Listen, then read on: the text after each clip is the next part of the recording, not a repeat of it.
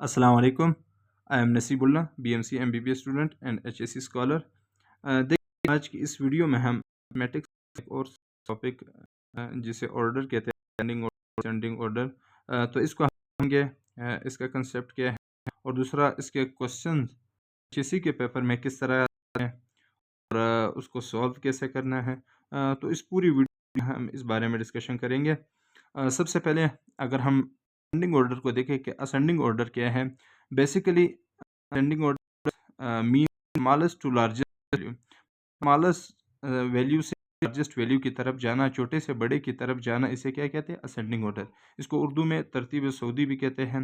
Descending order को उर्दू में तरतीब नज़ूली भी कहते हैं। तो ascending order mean smallest to largest, छोटे से बड़े वैल्यू की तरफ जाना, जिस तरह 0 1 2 3 अप टू सोन चलता रहे। तो छोटे से बड़े की तरफ जाना असेंडिंग ऑर्डर। और डिसेंडिंग ऑर्डर क्या है? मीन लार्जेस्ट टू स्मॉलेस्ट, बड़े से छोटे वैल्यू की तरफ आना। 9 8 7 6 5 4 3 2 1, इस तरह के हम जो बड़े से छोटे वैल्यू की तरफ आते हैं उसे क्या कहते हैं? Descending order. 9 टू 0। तो ये एक छोटा सा कंसेप्ट है, असेंडिंग ऑर्डर और डिसेंडिंग ऑर्डर। तो इसका एग्जामिनेशन में क्वेश्चन किस तरह आते हैं, किस तरह पूछते हैं, तो वो 3 टाइप्स के होते हैं। हम उसको वन बाय वन डिस्कस करेंगे। सबसे पहले आप ये देख सकते हैं, एक शॉर्ट क्वेश्चन दिया है। Question number 1, 3 10 0 4। तो ये आपको दिया गया है, तो इसको आपने पहले असेंडिंग ऑर्डर में लिखना है, फिर डिसेंडिंग ऑर्डर। तो असेंडिंग ऑर्डर हमने कहा छोटे से बड़ी वैल्यू की तरफ, अब 0, फिर 3, फिर 4, फिर 10। डिसेंडिंग ऑर्डर में पहले 10, फिर 4, फिर 3, फिर 0। तो ये एक एग्जाम्पल के तौर पर एक शॉर्ट मैंने लिखा है यहाँ पे। लेकिन एग्जामिनेशन में अक्सर क्वेश्चंस इस तरह के नहीं आते, वो फॉर्म में होते हैं जो नीचे क्वेश्चन नंबर 2 में मैंने मेंशन किया है। और इसी तरह के फिर क्वेश्चन नंबर 3 और क्वेश्चन नंबर 4 वो अक्सर इस तरह फ्रैक्शन फॉर्म में आपको देते हैं।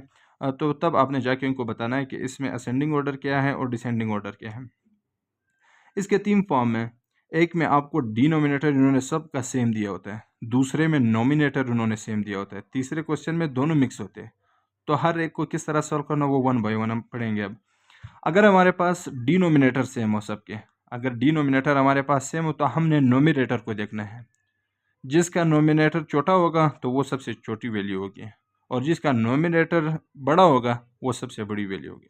तो इसमें सबसे छोटा जो है हमारे पास पहले नंबर पर वो है 2/7। तो वो 2/7। फिर उसके बाद हमारे पास है 3/7।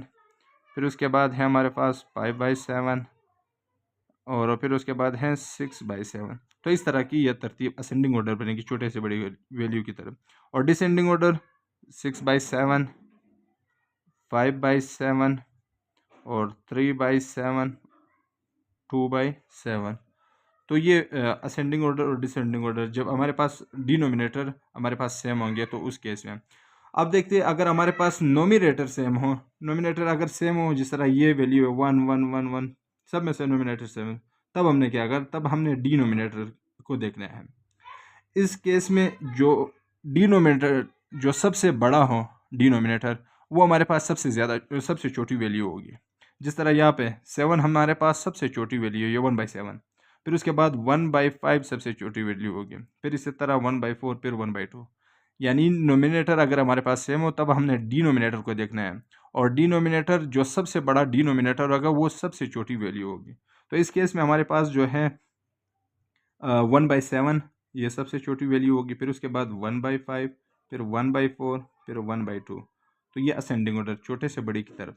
और डिसेंडिंग ऑर्डर उसमें पहले सबसे बड़ी वैल्यू 1/2 होगी, फिर 1/4, फिर 1/5, फिर 1/7। तो ये अगर हमारे पास नोमिनेटर सेम है तो उस केस में फिर इस तरह के हमने करनी है। अगर हमारे पास डिनोमिनेटर भी डिफरेंट हो और नोमिनेटर भी डिफरेंट हो तब हमने क्या करना है।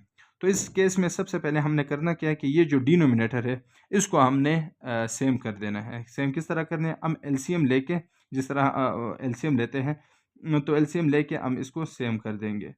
तो ये 4 5 और 10, तो 2 2 2, फिर उसके बाद सॉरी ये 5 तो वैसे ही लिखना है, 2 5, फिर उसके बाद 2 5 और 5 वैसे ही लिखना है, फिर हमारे पास 1 1 ये। तो हमारे पास 4 4 5 20 20 हमारे पास इसका आंसर आ रहा है। अब 20 हमने करना किस तरह है कि बेसिक लिखना सब के नीचे, ये जो इधर 4 4 लिखा है तो ये 20 लिख देना है। इधर भी हमारे पास क्या है, लिख देना है 20। इधर भी क्या है 20। जिस तरह हम एलसीएम ले लेते हैं तो फिर इसमें जो है अब 4 5 को 3 से मल्टीप्लाई करें 15। इसी तरह ये हो गया 4 4 मल्टीप्लाई 4, ये हो गया 16, और ये 10 2, फिर उसके बाद 2 7 14। ये हमारे पास 3 वैल्यू बन गए। अब इसमें हमारे पास क्या आ गया, डिनोमिनेटर हमारे पास सेम आ गया। इस केस में हमने कहा किसको हमने देखना है, उसमें हमने नोमिनेटर को देखना है, जो सबसे छोटी होगी वो सबसे छोटी वैल्यू, जो फिर उसके बाद बड़ी, फिर उसके बाद अभी हमारे पास सबसे छोटी वैल्यू, फिर दूसरे नंबर पर ये है, फिर तीसरे नंबर पे ये है।